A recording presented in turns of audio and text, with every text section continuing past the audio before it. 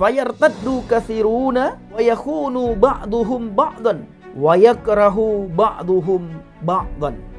Artinya, banyak orang akan goyah imannya karena apa yang terjadi, sehingga mereka akan saling menyerahkan dan saling membenci. Haleluya, haleluya. Shalom alaikum Hamasyah. Salam Aki. Aku kabarkan Injil keselamatan. Bapak Ibu nasi Tuhan, ketemu lagi dengan saya Evangelis Avraham Effendi Usman. Bagaimana kabar Bapak Ibu semua? Tentu luar biasa. Nah saudaraku, sebelumnya saya mengucapkan selamat hari Minggu. Selamat beribadah, Tuhan Yesus Kristus memberkati kita semua. Bapak Ibu, ada satu hal yang ingin saya sampaikan di dalam pembahasan kita kali ini. Saya ambil dalam Injil Matius 24, dimulai dari ayat yang ke-9, dan nanti kita akan membaca sampai ayat yang ke-13 Bapak Ibu. Nah ayat ini saudara sangat sering kita baca, sangat sering kita dengar, dan sangat sering kita melihat. Dan yang paling jelas adalah ayat ini sering sekali kedengaran di telinga kita. Nah, kali ini saya akan mengajak saudara untuk membaca dan melihat ayat ini dengan cara pandang yang berbeda. Dengan cara baca yang berbeda, ya otomatis kalau saya baca berbeda, saudara juga tentu mendengar dengan cara pendengaran yang berbeda. Saudaraku, dalam Injil Matius 24 ayat yang ke-9, di situ dikatakan, "Tsumma yu'adzibunakum wa yaqtulunakum wa takrahukum kullu syu'ubi bisababi." Artinya, pada masa itu kamu akan diserahkan untuk disiksa dan dihukum mati. Karena namaku, kamu akan dibenci oleh semua orang.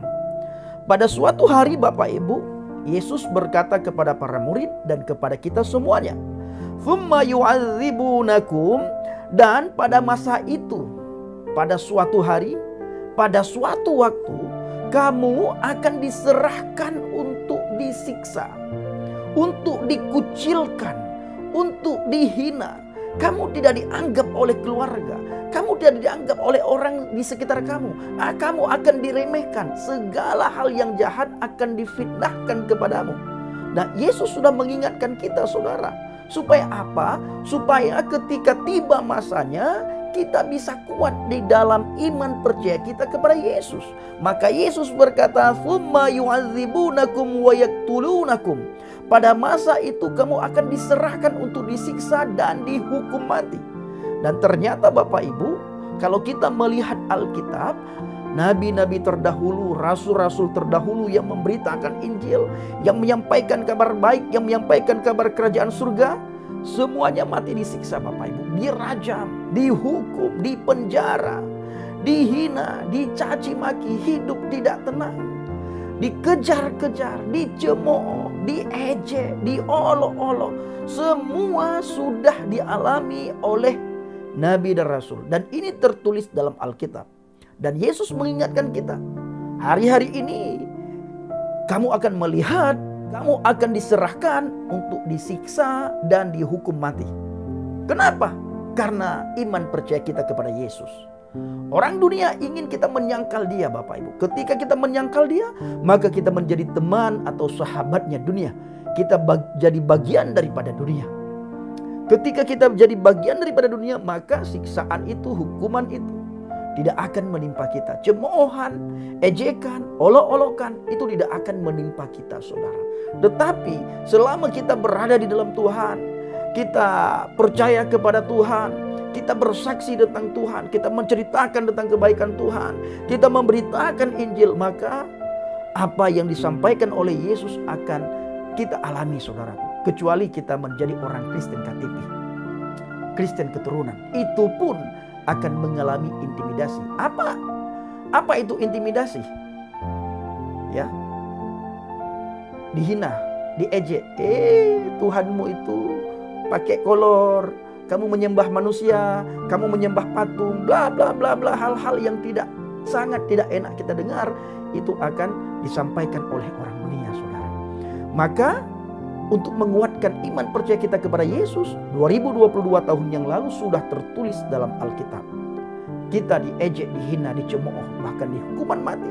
kita diserahkan ke hukum, itu karena nama Yesus. Kamu akan dibenci oleh semua orang, Bapak Ibu. Wa takrahukum kullu syu'ubi bisababi. Kamu akan dibenci oleh semua orang. Ini kata Alkitab, bukan kata saya. Dan hal ini terjadi. Bukan saja tertulis, tetapi terjadi dan sudah pernah dialami oleh para murid Bapak Ibu, para nabi, para rasul. Dan kita hari-hari ini juga mengalami hal yang demikian. Mari kita melihat dalam Injil Matius 24 ayat yang ke-10. Apa kata Injil Matius 24 yang 10? Fayartaddu katsiruna wa yakhunu ba'duhum ba'dan wa yakrahu ba'duhum ba'dan. Artinya banyak orang akan goyah imannya karena apa yang terjadi, sehingga mereka akan saling menyerahkan dan saling membenci. Dan Bapak Ibu, hari ini kita melihat apa yang sudah tertulis terjadi dan tergenapi.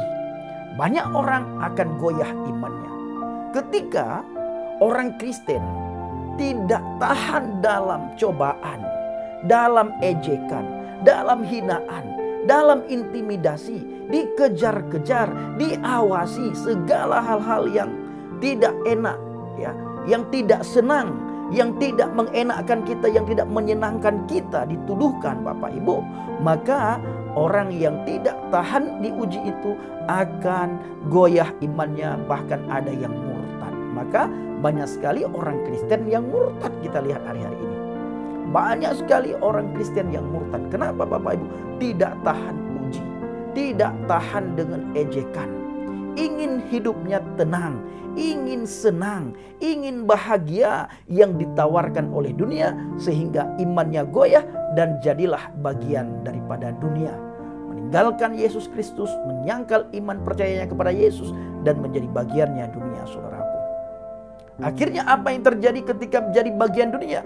Saling menyerahkan dan saling membenci, Bapak Ibu. Ya, Alkitab mencatat wa yakrahu ba'duhum ba'dan. Saling menyerahkan dan saling membenci. Ini kata Alkitab. Saling menyerahkan, saling membenci, saling menghina antar sesama kita, Bapak Ibu. Ini dikarenakan apa? Mari kita lihat dalam Matius 24 ayat yang 11. Wa yadharu katsiruna yad'una an-nubuwat wa yudilluna katsirin. Artinya nabi-nabi palsu akan bermunculan dan banyak orang akan mereka sesatkan. Lagi-lagi apa yang tertulis dalam Injil Matius 24 yang ke-11 ini, Bapak Ibu. Hari ini kita lihat betapa banyak bermunculan nabi-nabi palsu, guru-guru palsu, pengajar-pengajar palsu, para penyesat. Apa yang mereka lakukan? Mereka ingin menyesatkan orang-orang yang percaya kepada Yesus Kristus. Wa yadharu katsiruna. Nabi-nabi palsu akan bermunculan. Katsiruna, banyak, ya, banyak, saudaraku. Bukan 1, 2, 3, tapi banyak sekali. Apanya yang banyak, Bang Effendi? Nabi palsu. Bermunculan nabi palsu. Yad'unan nubuwat. Dan banyak orang akan menyesatkan. Bermunculan dan banyak orang akan menyesatkan. Wa yudilluna katsirun. Banyak orang akan mereka sesatkan.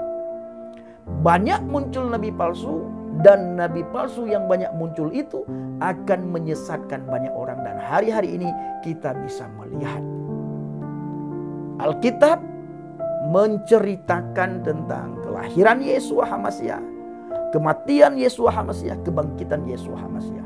Nabi palsu muncul di akhir zaman. Mereka menyesatkan dan mereka membelokkan apa yang tertulis dalam Alkitab.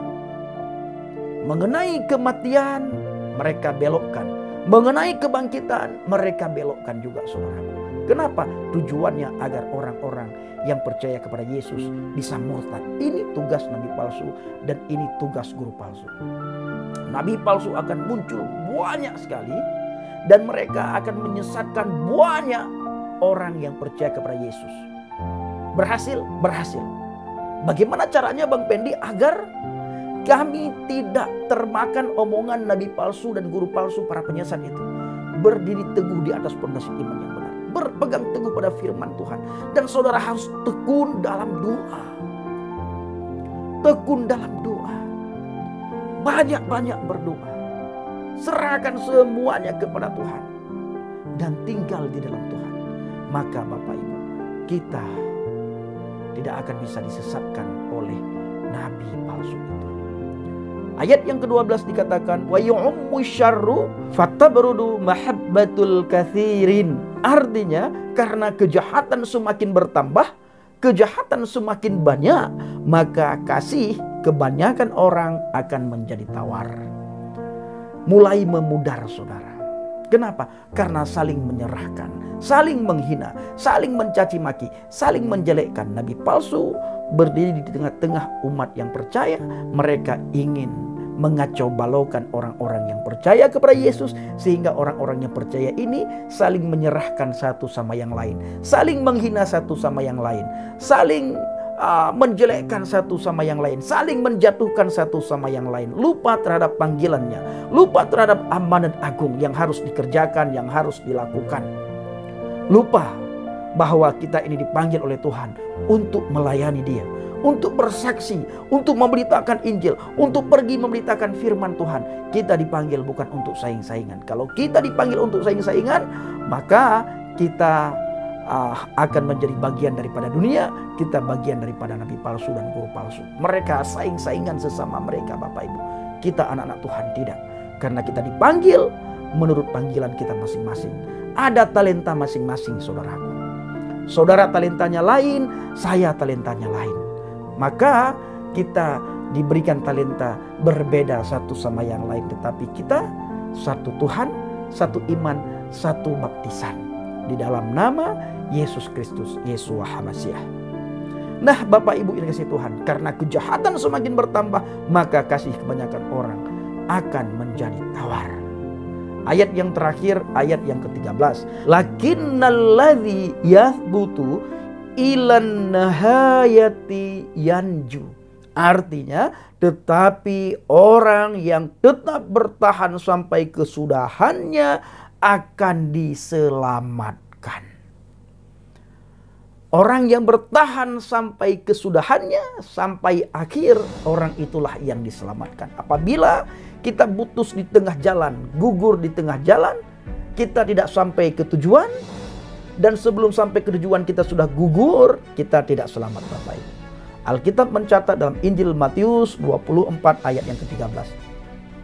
Siapa di antara kita yang bertahan sampai kesudahan, yang bertahan sampai akhir zaman, maka orang itulah yang diselamatkan. Saudaraku, jangan sampai ada di antara saudara yang gugur di tengah jalan.